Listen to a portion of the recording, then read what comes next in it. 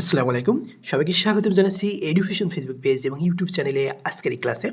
আজকে আমরা দেখব পেন্সিল ও কম্পাসের সাহায্যে ৬৭.৫ ডিগ্রি কোণ আঁকতে হলে প্রথমে আমরা কি করব, ভূমি এঁকে নেব, তাই না? তাহলে আমরা প্রথমে একটা ভূমি এঁকে নিলাম, এটার নাম দিলাম এ বি। এটা নাম দিই আমরা। এ বিন্দুতে কোণ আঁকবো, মানে এ বিন্দুতে আমরা ৬৭.৫ ডিগ্রি কোণ আঁকবো।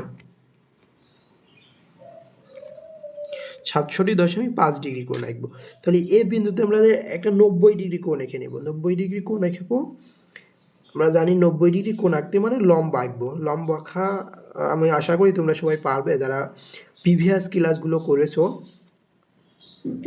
তাহলে যে কোনো ব্যাসার্ধে নেব সমান করে। এই যে এ বিন্দুতে এসে একটা বৃত্তচাপ, দেখো এই বিন্দুতে একটা বৃত্তচাপ, সেই একই মাপ এই যে বিন্দুতে ছেদ করেছে এই বাহুকে ওই বিন্দুতে এসে কাটাটা রেখে আর একটা বৃত্তচাপ। তাহলে ১ ২, এই যে এই বিন্দুতে এসে আর একটা বৃত্তচাপ, তারপরে এই যে এই বিন্দুতে এসে আর একটা বৃত্তচাপ। তাহলে ১ ২ ৩ ৪, পরপর ৪ বার একই ব্যাসার্ধে নিয়ে কাটলে আমাদের কি হয়ে যাচ্ছে, লম্ব হয়ে যাচ্ছে, বা ৯০ ডিগ্রি কোণ আমরা এঁকে ফেলতে পারছি। এটা ৯০ ডিগ্রি কোণ হলো, এটার মান ৯০ ডিগ্রি হলো। আর আমরা ৬০ ডিগ্রি কোণ আঁকতে পারি না? আমরা সেই একই মাপ নিতে পারি, বা এই বিন্দুতে এসে একই মাপ নিয়ে কাটি, তাহলে আরও সুন্দর দেখাবে।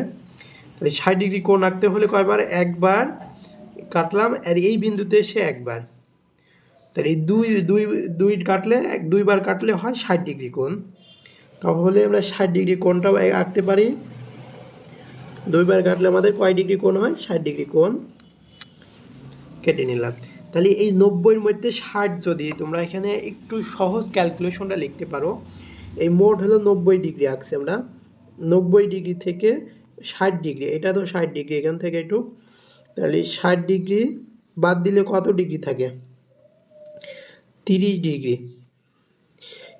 এটা দৈর্ঘ্য কত ডিগ্রি? ৩০ ডিগ্রি। ৩০কে আমরা যদি সমদ্বিখণ্ডক করি, সমদ্বিখণ্ডক তো আমরা জানি, সমদ্বিখণ্ডক কী করতে হয়? যে কোণায় এই কোণায় ছেদ করিনি, এই যে কোণায় এসে যে কোনো ব্যাসার্ধ, হ্যাঁ, যে কোনো ব্যাসার্ধ এসে একটা বৃত্তচাপ আঁকবা, এই কোণায় এসে একটা বৃত্তচাপ, এই যে এই কোণায় এসে যে বিন্দুতে ছেদ করেছে একটা বৃত্তচাপ।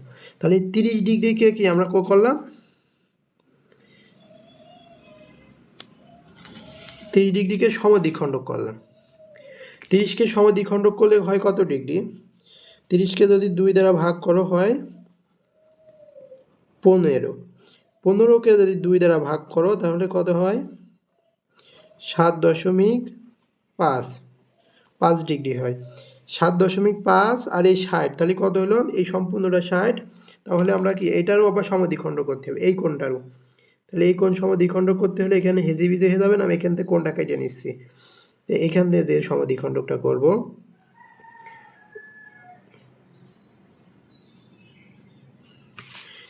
এই যে এই বিন্দু থেকে ওইটা সোজা করে দাগ দিয়ে দিলে হয়ে যাচ্ছে।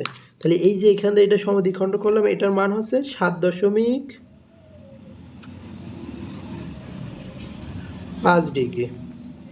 তাহলে তোমার এই যে এই সম্পূর্ণটা ৬০ আর এই দুটো যদি যোগ করো, তাহলে আমাদের পেন্সিল কম্পাসের সাহায্যে সহজে হয়ে যাচ্ছে কয় ডিগ্রি? এই যে এখান থেকে এটা ৬৭ কয় ডিগ্রি?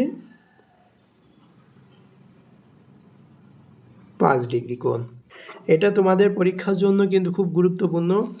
SQ-তেও আসতে পারে, CQ-তে আসতে পারে, এই দুটোর মধ্যে যে কোনো একটাই আসতে পারে।